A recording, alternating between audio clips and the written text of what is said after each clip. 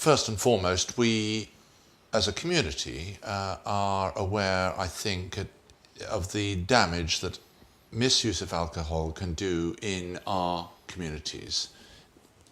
I sometimes doubt whether the community as a whole understands the true extent of that damage when you extend it through the criminal justice system into the healthcare system, into employment, into the wider world of our communities. The damage, to my mind, is immense. Now, there are a number of organisations who are bringing a lot of experience to this think tank of ours and this conference, and I'm very well aware of the strength in the partnerships around us. I see my role as looking for best practice here, looking for the ideas that people have, the experiences they have of dealing with alcohol, working with the licensed trade, if possible working with industry, working with the professions, and working with our MPs to make sure that we have one clear agenda, one action agenda for the future. And that's the purpose of our conference. Tackling alcohol abuse, misuse, related crime has been one of your top priorities, perhaps your top priority in the police and crime plan. This is backed up with what people have been telling you when you've met the public in your travels, both before the election and after, that they want to see this addressed as well. Yes, the police and crime plan, which derives its crime priorities from the Peninsula Strategic Assessment, puts alcohol on the list, not quite at the top. Domestic sexual violence is at the top. In my mind, I've elevated the issue of alcohol and our attention to developing a strategy for alcohol as a community right to the top of my list. And that will inform our commissioning work and of course, the next year's plan as we bring that together, and much of the effort of my office. There is no doubt in my mind that if we can reduce the harm caused by overindulgence in alcohol, then we will not only save a great deal of money, but we will also save the plight of many victims in the system. And to me, it's an obvious route of strategy for the future.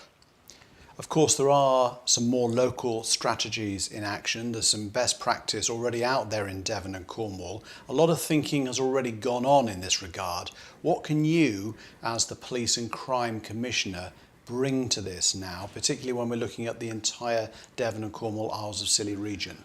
Well, we have a number of areas where alcohol strategy is being developed. And I've recently seen a very good strategy coming out of Plymouth. There are strategies in Torbay. My role, as I see it, is to work along and around and gather people together, bring people together. There is plenty of space for further debate on the issue of alcohol and what we're going to do about it in the future. There's debate about the nighttime economy. There's debate about responsible licensee work. There's debate about the damage caused by multi-buys and cheap alcohol on our streets. We do have strategies here, but we need to work together and bring all of the lessons learnt together and spread the word, spread best practice across this policing area and possibly wider than this policing area. But that joining up, that spreading of best practice is the very role that this Police and Crime Commissioner position was conceived for. Of course, we are in one of the biggest policing areas. We have a big influx of visitors in the summer to our holiday resorts right across Devon and Cornwall, Isles of Scilly, and that's split between urban and rural. Now, this is not just a matter of people piling out of nightclubs at 4 in the morning and causing some trouble. It's also an issue in rural areas and other areas of this region. Absolutely. And as much as we're we're looking at the moment in the distribution of our policing effort across this policing area.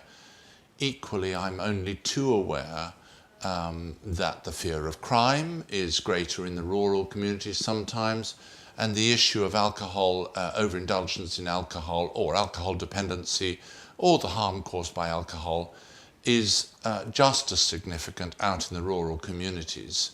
And again, we'll be bringing those communities together with the urban and the coastal in this think tank process convened by the Police and Crime Commissioner's Office. You're coming up to your first year in office, of course, and I think it's fair to say you want to see action on this sooner rather than later. There's not a moment to waste on this, is there? No, every day there is damage caused by the overindulgence in alcohol. Every day we are seeing disproportionate amount of policing effort and efforts in the health service, all being directed in a way needlessly towards clearing up after this harm caused by alcohol.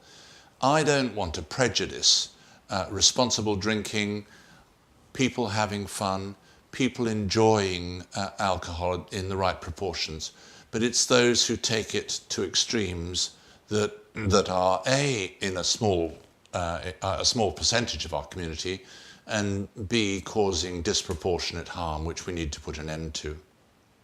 And finally, of course, you have your own strong views. You've heard the public views about alcohol and some ideas for the future. But of course, the whole purpose of Monday's special think tank conference and the Action for Change Forum is for you to bring together seasoned professionals with expert knowledge that help to inform you. You haven't got some of that detailed knowledge. You need help as well to go with your own views.